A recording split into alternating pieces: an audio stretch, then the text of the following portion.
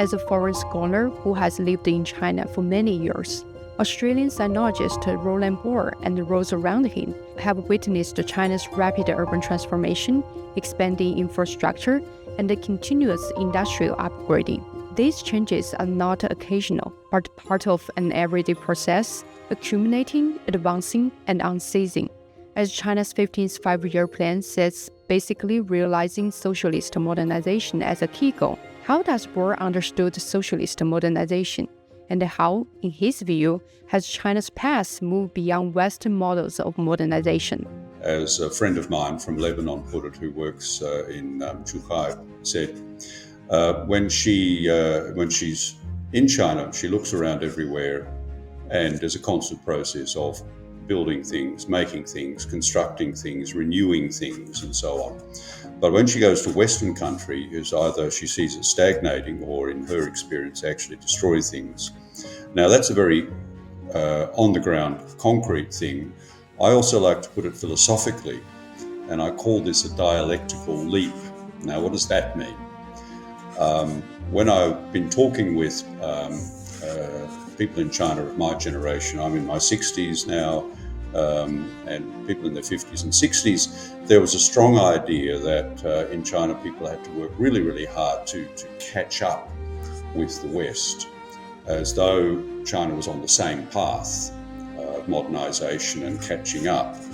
But I look at it this way, as a kind of dialectical leap. So when you're on a road towards modernization, but they actually have different emphases, different styles, it comes out of the history and the system in which it's working, that the whole system that China has developed enables China to leap past the West, if I put it that way.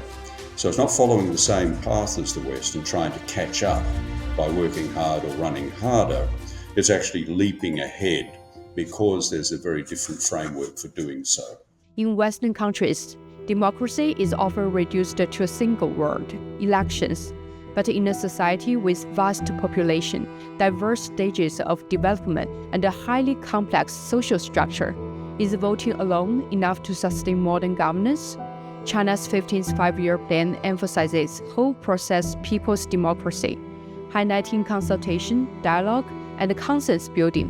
When Eastern and Western understandings of democracy diverge, Boer argues that the core issue is not opposition, but recognizing that electoral democracy and consultative democracy are not mutually exclusive. They can coexist and complement each other. If you ask someone in a Western country, can you define democracy for me? They say, oh, it's elections. And that's about it. It's elections. And that's very interesting because, to my mind, that's a very thin definition of democracy. But what about, and there's a history of this, and I published a book last year on the history and theory of socialist governance. It goes back more than 100 years now. And it's very clear that in that particular situation, we can talk definitely about concrete experience and practice in socialist democracy. Now, that's qualitatively different. And I'll limit my comments because I could go on forever about this question. In this framework, the relationship is between electoral democracy and consultative democracy. And when you've got a cultural tradition and assumption that people will talk and consult and debate and come to an agreement, this is a crucial part of democratic practice and on an everyday level. And so the fundamental relationship, there's others as well, but I'll leave it here, is between electoral and consultative democracy. That's one of the qualitative differences between, let's call it capitalist democracy and socialist democracy. They're the particularities. It's a question of the system in which the democracy grows and develops in light of the history, culture, society, etc. And why do people think Western-style capitalist democracy is a kind of false democracy?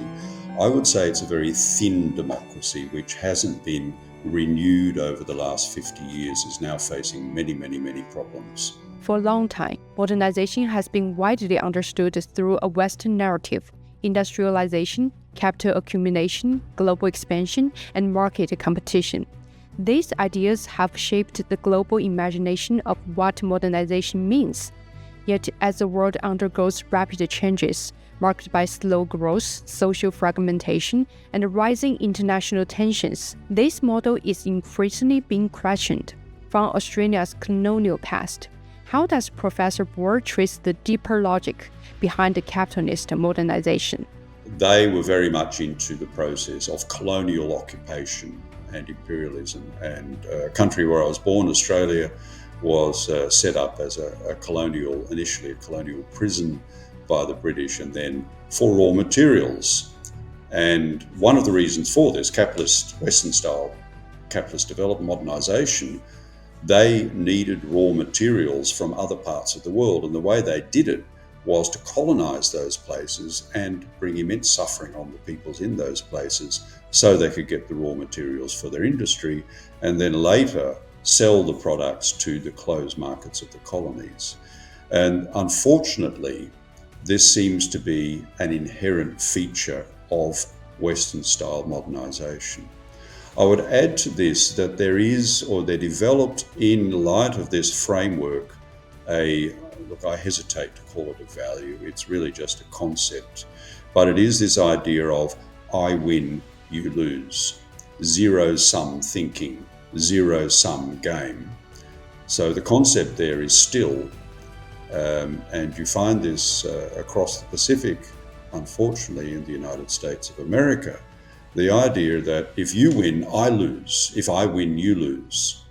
And this became a very dominant mindset for engaging with the rest of the world, very destructive mindset.